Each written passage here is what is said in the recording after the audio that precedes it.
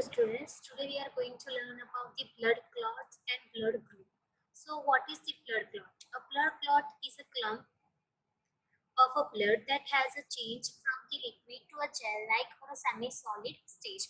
Blood clot, that means the changes in the blood in the form of gel or in the semi-solid stage. Clotting is necessary process that can prevent you from losing too much blood in the certain instance, such as when you are injured or cut.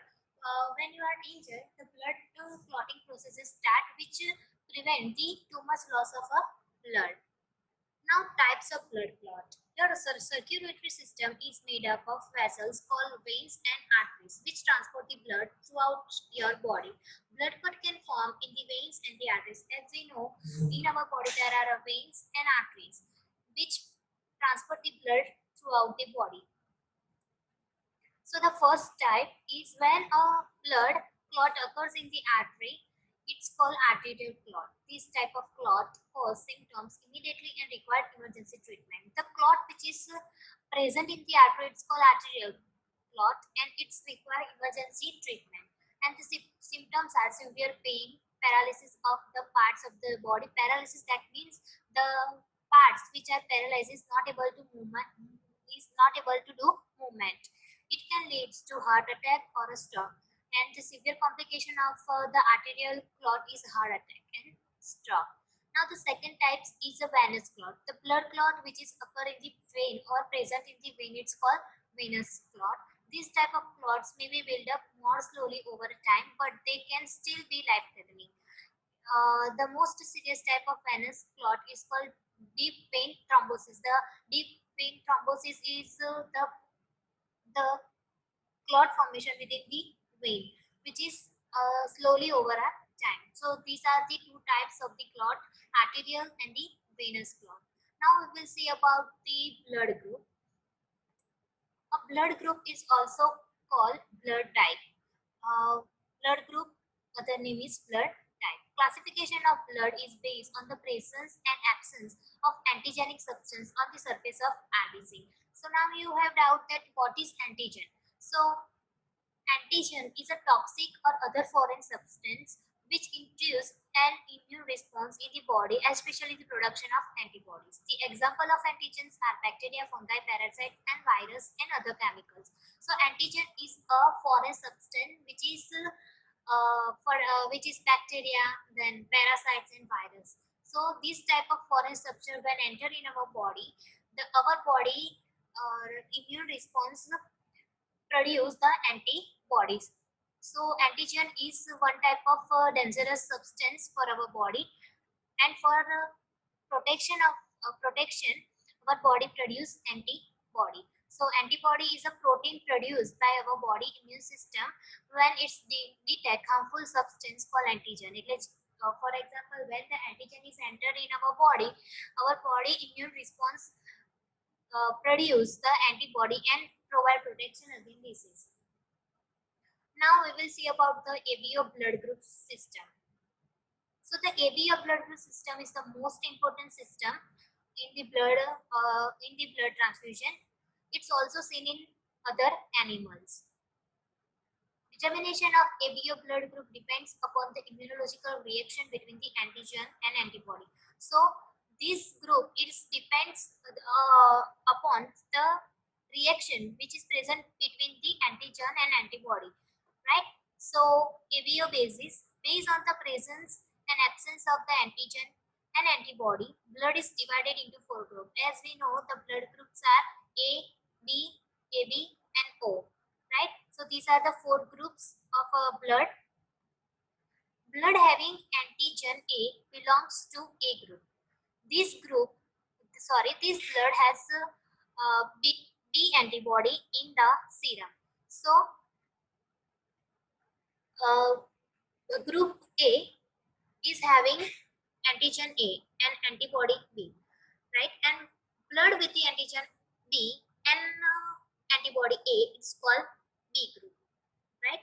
Then if both antigen are present, blood group is called AB. AB, that means both antigen is present but antibody is absent, right?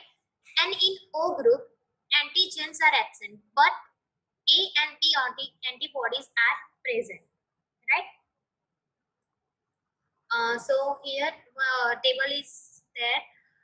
You can easily understand by this is that A group having the antigen A and antigen missing is B, so antibody is anti-B. And group B, the antigen is B, so antigen, so antibody is A. In a O, there is no antigen, so the antibody is anti-A and B.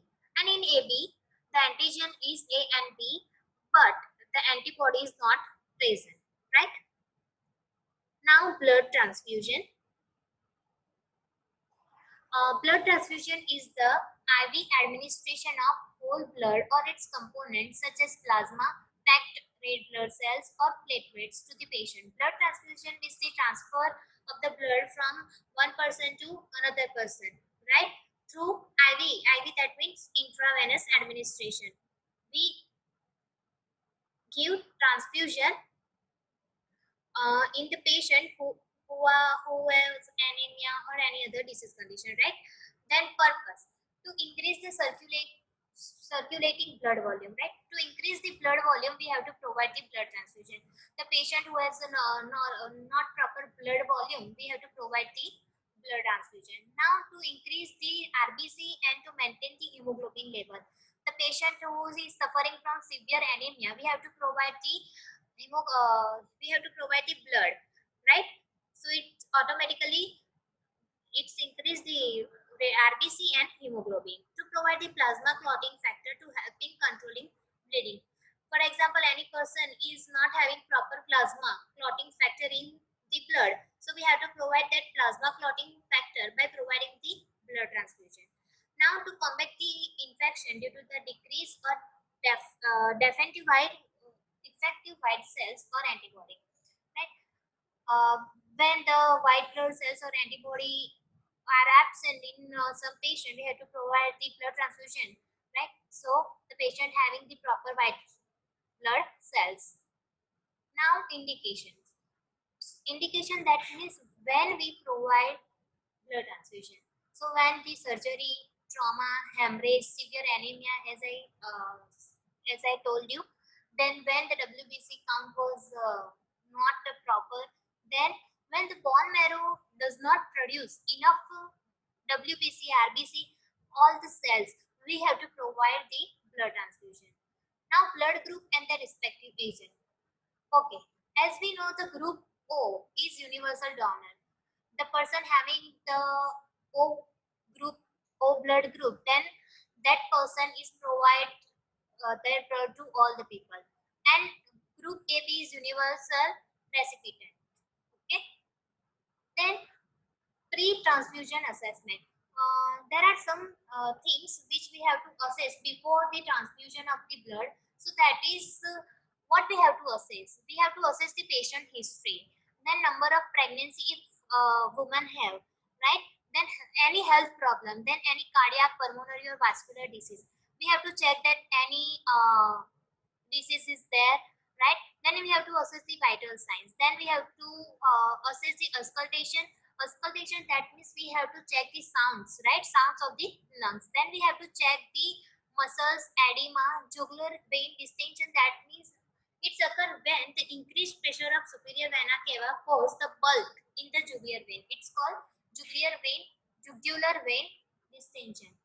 Now the skin rashes, then ecchymosis, that means discoloration of skin, then jaundice was there. We have to check that all the things, right? Then we have to teach the patient about the sign and symptoms of adverse reaction, right? You can see this type of reaction seen, right? Red spots, right? Then clotting of the blood. Now the selection of donor. How we select the person who give the blood, right? Who are able to give the blood, so should not be suffering from any illness, right? The person who are going to donate the blood will have no any illness, right? Should not have donated blood within previous 3 months, right? Then should be healthy and age group must be 18 to 65 years. Then not be pregnant. Then HP level is above 12%. right? Then normal vital signs. Now the preparation of recipient, that means how we prepare the patient who are undergoing blood transfusion. So we have to explain the procedure to the patient as well as the family member, right? Then ask whether he or she has undergone the prior transfusion. We have to ask them whether you take blood transfusion earlier, right? Then we have to provide the comfortable position. Then check the and record the vital signs of the patients, right? Then offer a paid pump before starting the procedure. So if a patient want to void, then we have to provide the paid pump. Then educate the patients about the adverse reaction and report immediately, right? And ask them if any reaction will be there, then you have to report immediately. Then preparation of articles, a tray. A tray containing the blood transfusion set, a Macintosh and a towel, then cotton swab, then tape, adhesive tape, then gloves, kidney tray, IV stand, normal saline, paper bag, blood or any if it's component, right? So all the basic things which we have to prepare, right? Then procedure. In that watch and wear gloves, perform the vein puncture by selecting a large vein, then check the blood to be transfuted for the group. So we have to cross check, right? That expiry date, then RS type, then blood to be transfuted for the group, then any abnormal color will be there, then cloudiness is there, then any clot is there, then air is there, right? So we have to check that, and it is very important, right? Then open the packing of the blood transfusion set, then insert the infusion set, then check the needle and solution of previous IV infusion whether they are appropriate for administrating blood, and we have to take the needle number 18 and 19, right, and proper NS solution, right. Then put the pressure by placing the turbinate 10 to 12 centimeter above the insertion site. Clean the insertion site with the iodine or spirit, then insert the needle and start the NS. Now, firstly, identify the blood product and the patient truly, right? Then for the first 15 minutes, it just flow at 2 ml per minute and remain with the patient. If any reaction is there, then notify the physician. Monitor the vital signs every 5 minutes, right? Then observe for any itching, dyspnea, rashes, right? Then infuse the infusion rate should be set as per the physician order. Remove gloves, faucet, record with the date, time, blood group, all the record and report, right? Now, the what is the responsibility of nurse during the blood transfusion? So the nurse is responsible for safely and effectively administration, right? Then legal nurse must have a knowledge about the blood transfusion and should do the through assessment of the patient, right? Then physical condition, medical history, allergy, and dietary pattern should be known by the nurse. So all the basic information about the patient is must be known by the nurse. Now, nurse should have a knowledge about the calculation of flow rate and methodical approach. The nurse should apply physiological, anatomical, and aseptic principles. Nurse should have a vigilant observation throughout the procedure, so prevent any adverse reaction. Right?